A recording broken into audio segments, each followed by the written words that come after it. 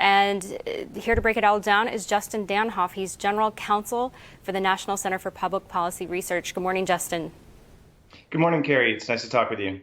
And Justin, I know we're not going to delve into the politics of that. We're going to get later in the show. But you are a constitutional expert. Walk us through the legality here, the time frame. So Democrats today say they're going to vote. There have been some Republicans who are going to jump on board, including Liz Cheney, the number 3 in the House Counsel Conference. And the move here by Democrats, they're trying to push this forward as quickly as they can. The move comes after last night. The vice president, Mike Pence, said he would not invoke the 25th Amendment. So the House said, OK, we're going to go ahead and we plan to bring the impeachment.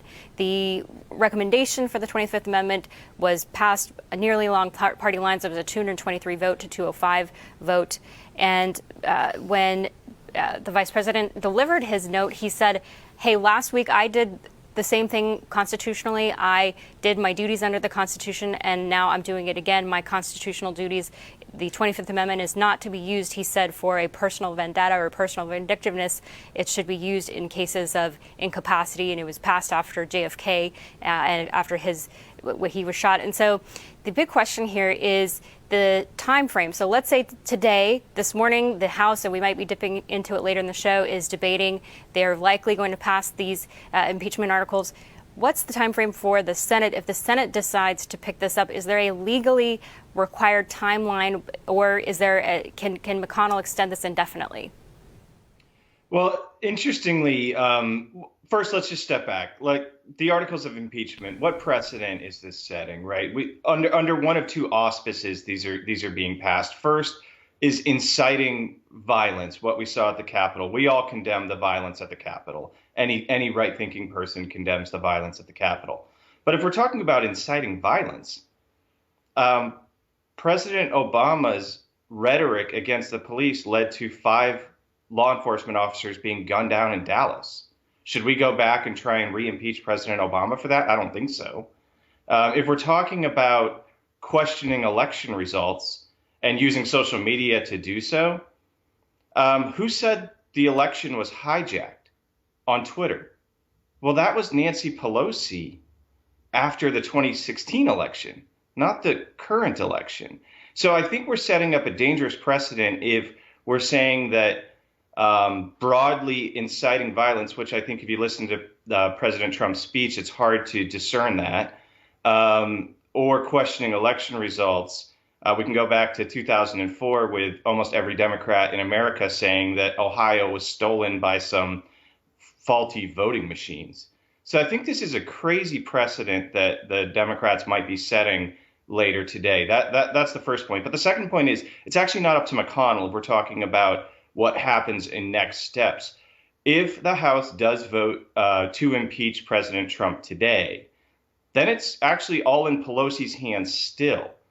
There's a technical aspect of delivering the articles of impeachment to the Senate that is up to her. So she can withhold those for an extended period of time.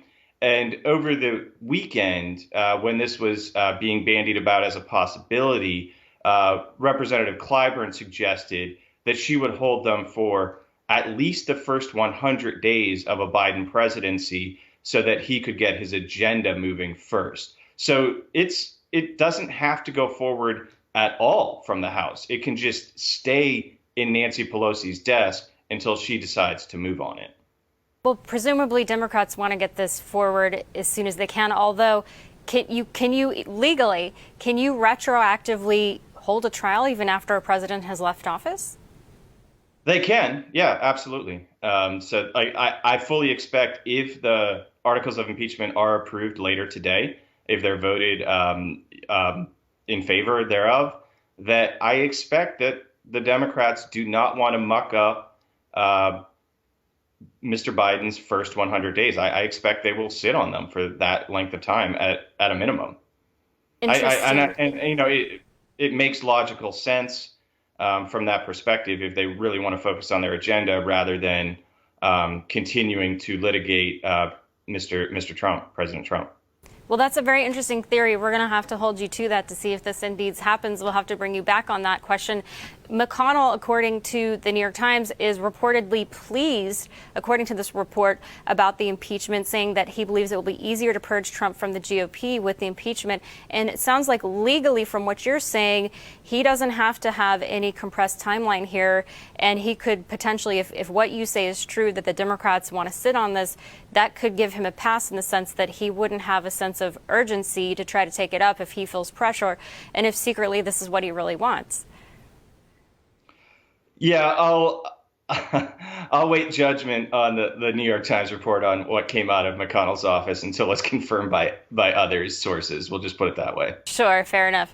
Well, we do know that there are very big unanswered questions, to your point, on this question of rushing this through. Our founder, John Solomon, his latest piece looks at some of the very big questions about whether the president incited a spontaneous eruption of violence or if this was all premeditated, pre-planned, and whether the fact that the FBI reportedly knew that this was happening weeks in advance, and reportedly, according to John Solomon's reporting and other statements, that the president was not even briefed about these security risks, so that the White House did not know about this. So therefore, this begs the question, if the president did not even know that there were some forces here that were planning deadly riots, how could he then be accused of knowingly inciting something when he was looking, as he had said, at the legal arguments here about what happened at the ballot box? He was bringing arguments before courts.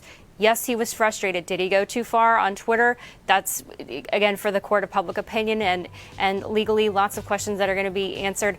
We actually have to take a quick break. Justin, I'm glad we're going to bring you back here after the quick break to talk about big tech censorship questions. This is a huge issue for all of us here at Just the News. Stay with us. We'll be right back.